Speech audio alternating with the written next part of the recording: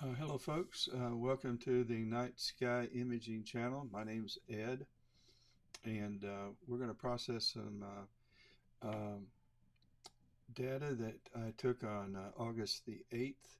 I actually did a live stream of both the Eagle Nebula and imaging that, and then that was with one telescope, and then with the other telescope we took some video files of the planet Jupiter and the planet Saturn. And I thought I would show you what I do when I process planets. I am by no means an expert. I'm just picking the brains of others and borrowing and their knowledge and applying it to my own data. So let's go share that screen with you and see what comes up.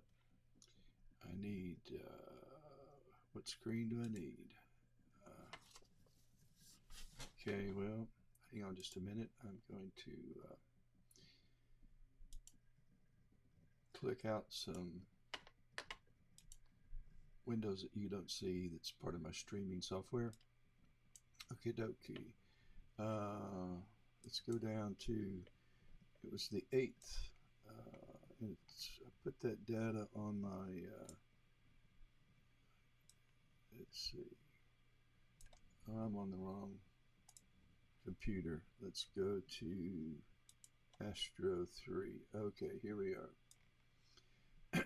Alright, these were the video files that I captured, and let's, for example, here's a Saturn.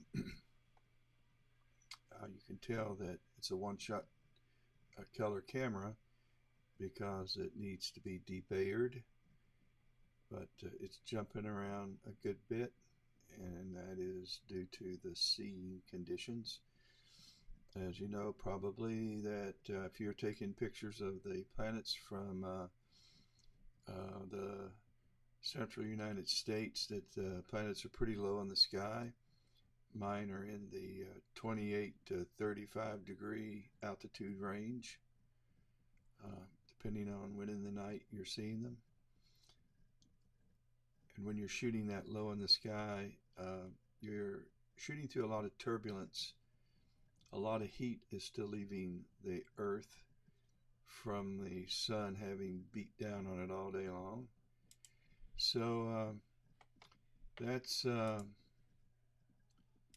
Saturn, and let's go process it. So the first thing that I will do is I'll bring up Autostakkert,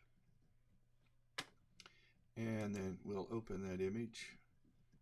We have to go to the Astro Drive, and it's 8821, and I believe we're going to start with the last one. I'm starting there because the scene was better towards the end of taking Saturn. And let's just bring that up, and there she blows. I'm going to kind of scrub through that a little bit and see if I can find any of these frames that look remarkably better than, yeah,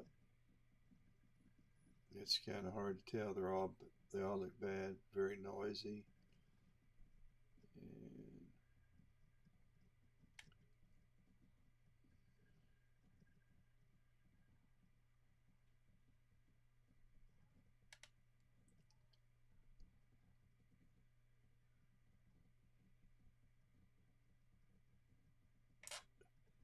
And well, I kind of like that.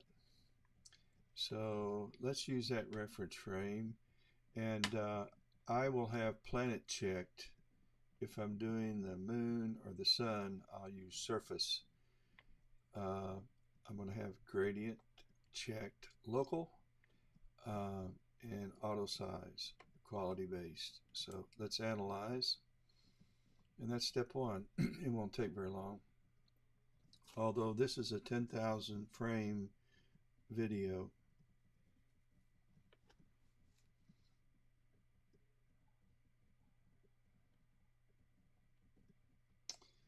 Okay. As I look at the quality graph, uh, I'm getting somewhat of a, I'd say about halfway through the video, I crossed this line right here. You can't see it because it's covered up with video, but there's a line that represents 50%, which means that all of those video frames above the 50% line are better than the ones that are below the 50% line. And some of these are awful. So the suggestion from this graph is that I could keep 50% of my frames, and but I think I'm going to keep about 40% of my frames. And so I'm going to go ahead and add that. I'm going to save in folders checked. Simple file name for raw checked. That's all I'm going to check here. Now we're going to need to put some align points out here. So I'm going to go to number 48 and let it pick them. I'm going to go ahead and add a few more around the ring or rings.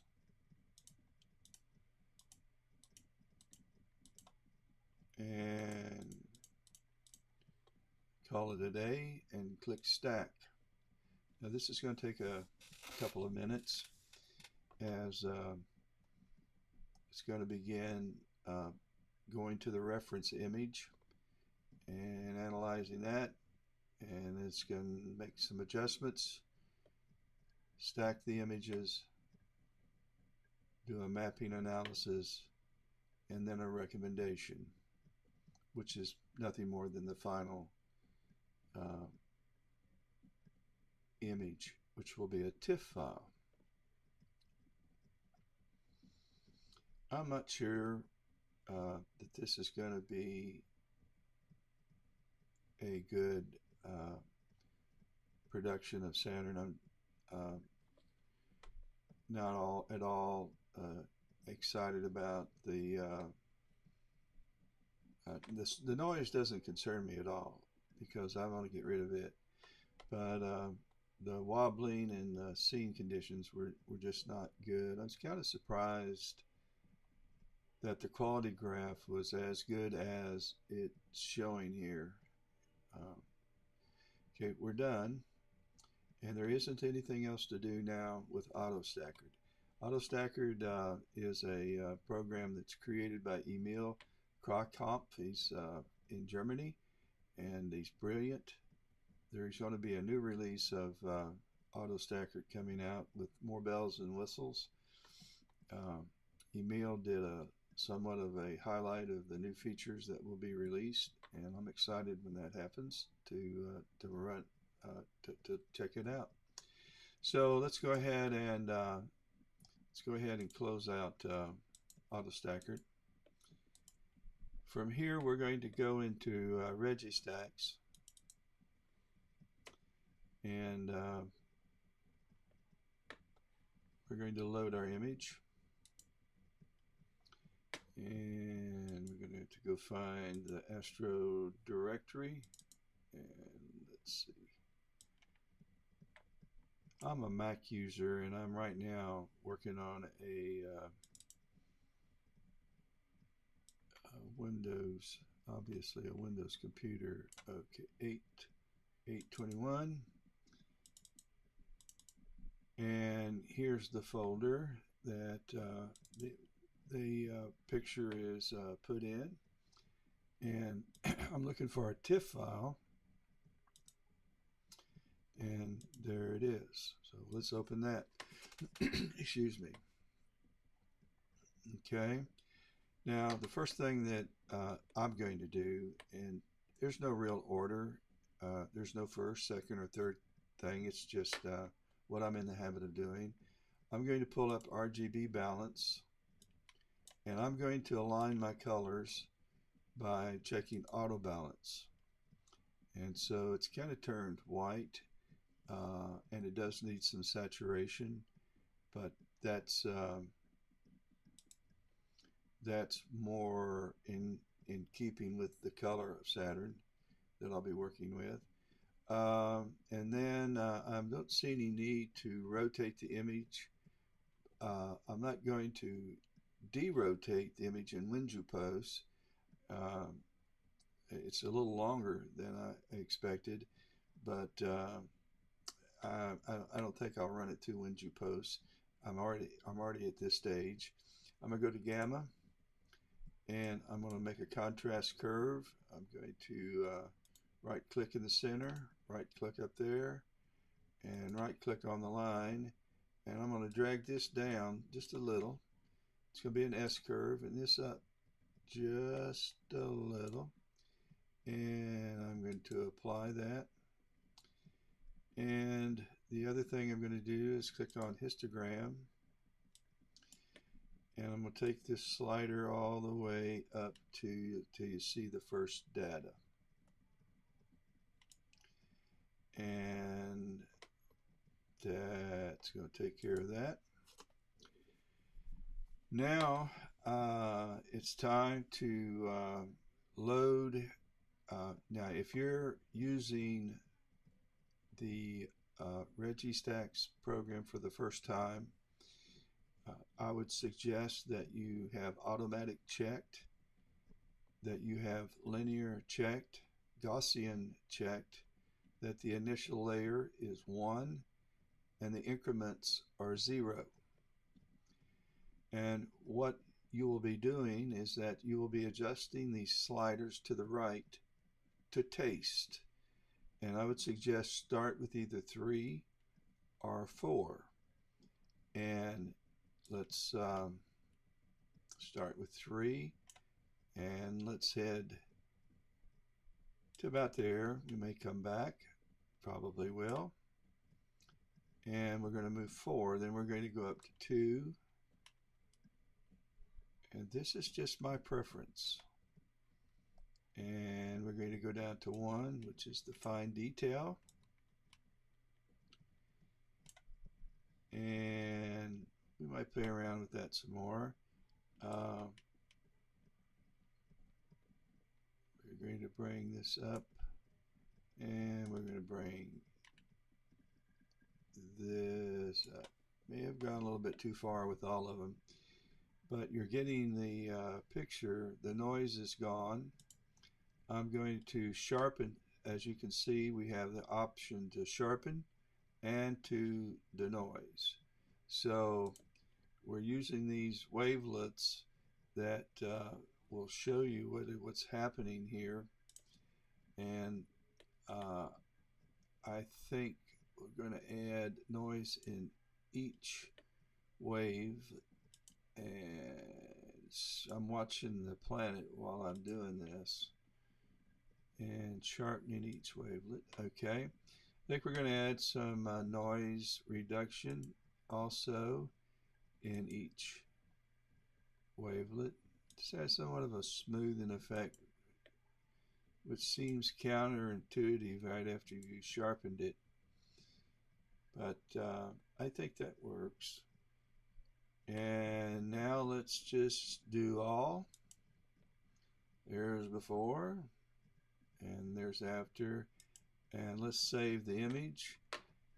I want to add to the title REG, meaning that we've run this through Registax. Okay. And we can now close this out. Let's now, again, I'm working with a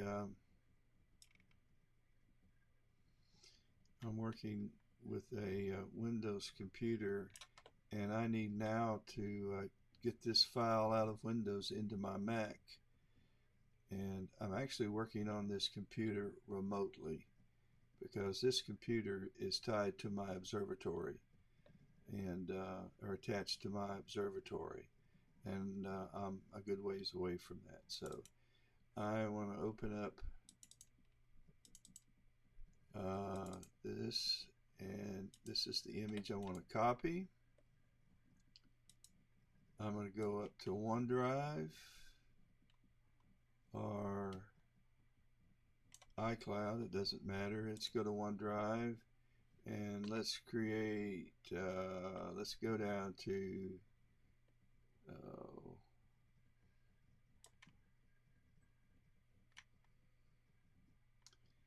thought I had, let's create a new folder. And let's just call this JUNE, Jupiter, 8821 Saturn. And then I'm going to click on this and right click and save into that directory. Now let's go to my Mac and let me open up Photoshop. It'll take it a second.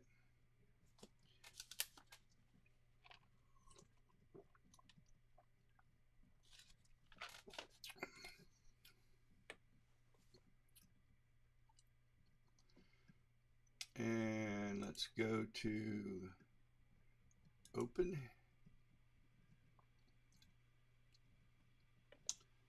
And we need OneDrive. And we have 8821. And there's Saturn. Let's open that up. Okay, let me enlarge this some. It's noisy. The first thing I want to do is I want to duplicate the layer by hitting Option or Command J. Command J if you're on a Mac, and I am. And then I want to go to Image, Adjustments, Curves, and I want to brighten the whole thing up a tad, maybe too much. And then I want to go to Image, Adjustments, Saturation, and I want to bump that up about 10 to 10. Too much. It's going down to about 5. Okay. Then I'm going to bring up a program called Vivesa. It is part of the NIC software suite, and I want to go to structure, and I want to increase the structure some, and I want to add a little more contrast, not much, and I'm going to apply that. And we can see the difference when we do that. Turning it off and on. In fact, we can see the difference from when I brought the, this is the picture before I brought it into Photoshop, and this is the image after adjustments. I don't like the saturation I did, but I'd have to turn this layer off to get rid of it, and I also did the curves in that layer, so I don't want to do that. Okay, let's see if we can't manage the noise. I'm going to go to Filter, Topaz Labs, and go to their denoise program. I really like their denoise algorithms, and I'm going to raise the strength. That's too much. about 10. Okay, I'm going to recover detail that I've lost due to the noise algorithm. Maybe a little more. Okay, getting the rings around the top now with the recover detail. I never go past 30. Okay, and let's apply that.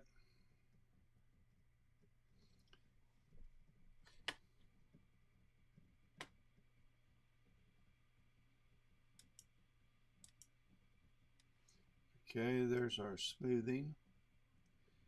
And I may try to sharpen it a little more.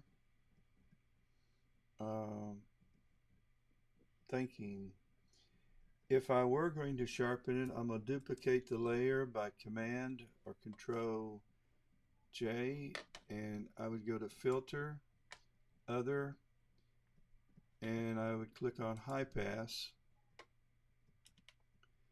and then I would adjust this to where I see just faint lines,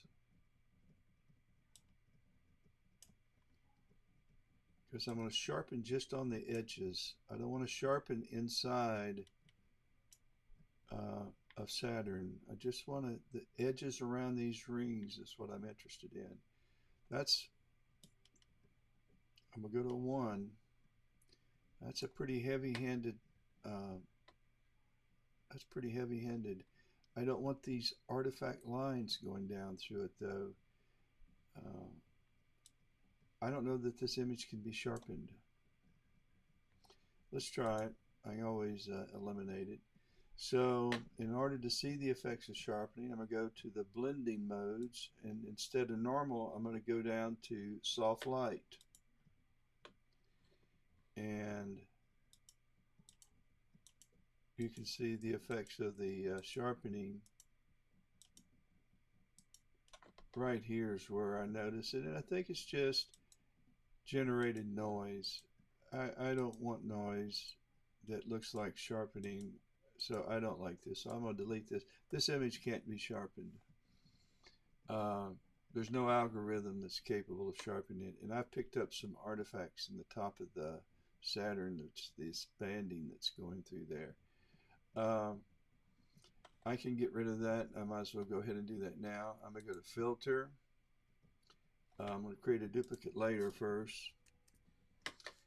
And I'm also going to create a layer mask over here. And I'm going to go to Filter. And I'm going to go to Blur. And I'm going to go down to Gaussian blur. And I'm going to blur this image until I don't see those things at the top. And that's about, oh, we're about there, about 0.5. Maybe let's go to 0.6. Yeah. All right. Now, I only want to blur this part of the image. So I'm going to click on this layer mask, and I'm going to hit Command I and invert it. So in effect, I've hidden the blur. So the blur's been hidden by this dark mask. I'm going to make sure that I'm painting with white, because over here I've got my white painting, white palette up, and I'm going to go get my brush, not my history brush, my brush, and there's the brush size. That's fine. And I'm just going to brush over here and brush that away. So I've gotten rid of the, and you can see over here that I brushed through the hidden part, and I've exposed the blurring that was done on this image right here. I'm also going to try to blur along here where there's just some noise I don't like. I guess you could say this is a little cheating. I don't know where those lines came from, but I don't like them. Okay, now I'm going to flatten the image, make it a much smaller file, and then I'm going to res it up. I'm going to change the image size. Right now it's 13 by 13, but it's 72 dpi. I'm going to change that to 240 dpi, and I'm going to change this to 7 inches, and it's going to make this a bigger image.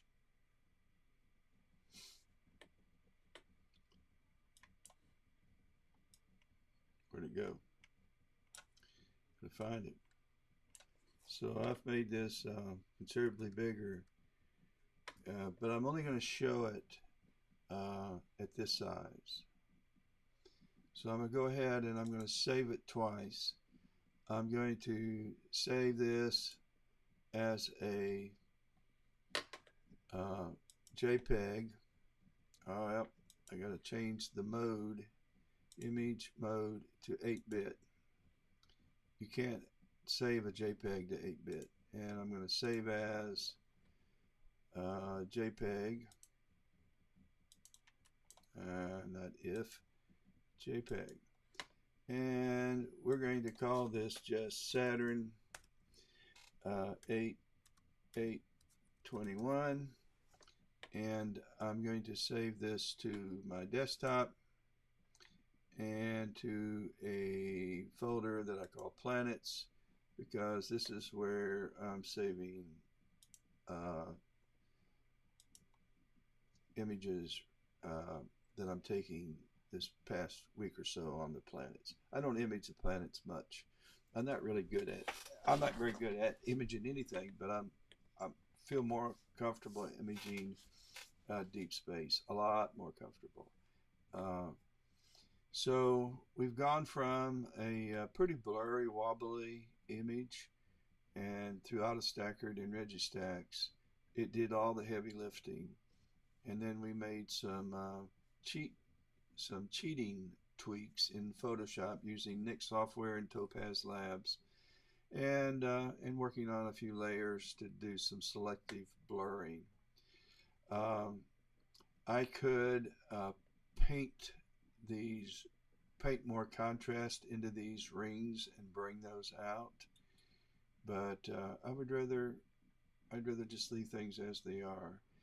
I said I was going to save it twice. I'm going to save it as a JPEG, and then I'm going to make it a file for the web. So I'm going to export, and it's called Save for Web Legacy. And what this does, I'm going to make the file about 1200 pixels by 1200 pixels, and it reduces the size of the file to probably 56 kilobytes instead of 3 or 4 megabytes. So it makes it easier to put up on the web pages, social media, Facebook, wherever, Instagram. So I'm going to save this, and I'm going to put it in the same directory. I'm just going to call this, I'm going to add web to it, and I'll know that I can put that on the internet, and I'll save that. So I will effectively save this for the internet. A lot of the images that I see on Astrobin and on different astronomy websites and Facebook pages, there's a real close crop, and I really like to see the sky, and I also like to even cheat some and bring up images of the sky with stars, and then just blend this into it so that we have a star field along with our Saturn. It's all fake, but it's the kind of art that I enjoy and that I like. So at any rate, um, I'm done with this. I will close out Photoshop, and I plan to process the rest of the Saturns that I took, and I also plan to process Jupiter and put those on uh, my website, and that is niceguyimager.com at some point in time soon. The other thing I was going to mention, oh yeah, I did image IC13, 8, no, I imaged M16. I get them confused. M16, which is the Eagle Nebula, imaged IC1318, which was the elephant trunk, last week. So I was processing that, I think, online as well. I think I processed that online. But I'm going to process the Eagle Nebula online next. So check back.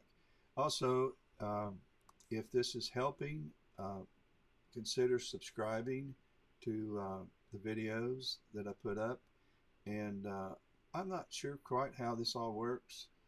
Um, Although I've had a YouTube channel for a year, I really didn't start adding content seriously until a couple of months ago. And so I've been adding 2 or 3 or 4 videos each week.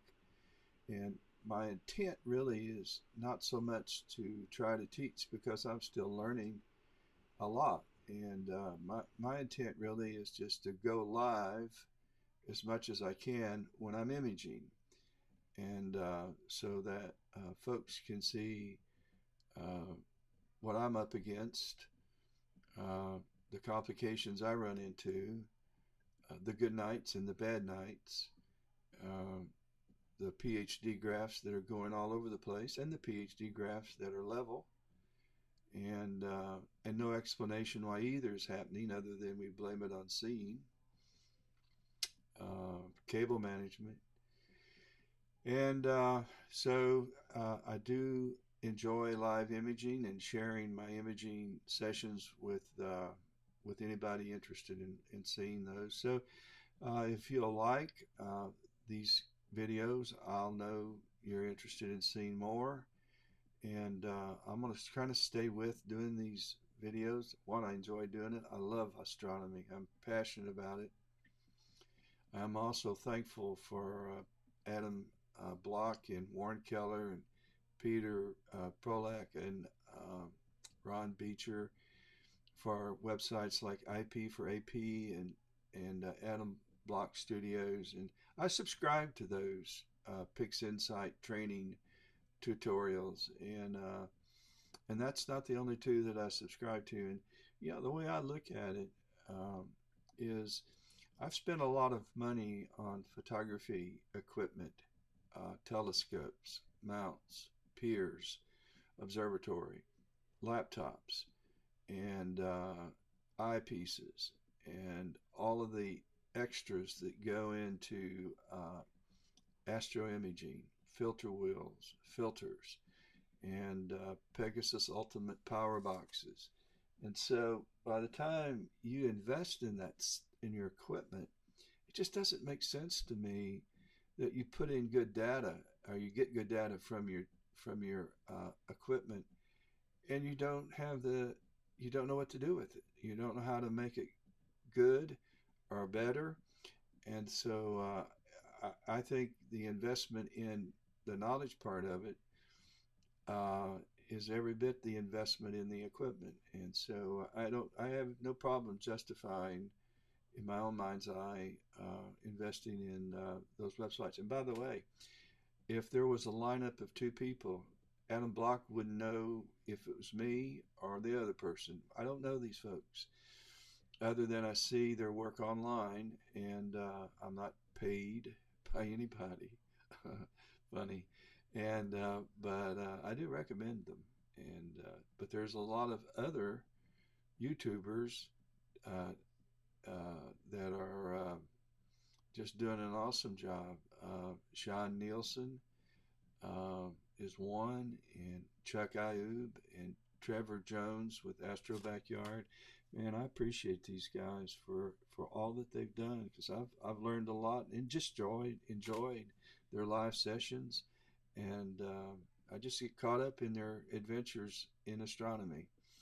And I'm thinking, well, maybe somebody could get caught up in some of my adventures in astronomy. So consider liking and consider subscribing, and I would appreciate it. And we'll know. I think there's a bell you're supposed to ring. I'm not sure why you ring it. I think if you subscribe, you'll be notified if I put up a video. Maybe if you ring the bell down there, then if I put a video up, a bell will ring on your computer. I have no idea how that works, nor really do I care. But I hear other people saying subscribe, like, and ring a bell. So I'm saying it. Guys, have a outstanding rest of the evening, and I hope you have clear skies and remain COVID free.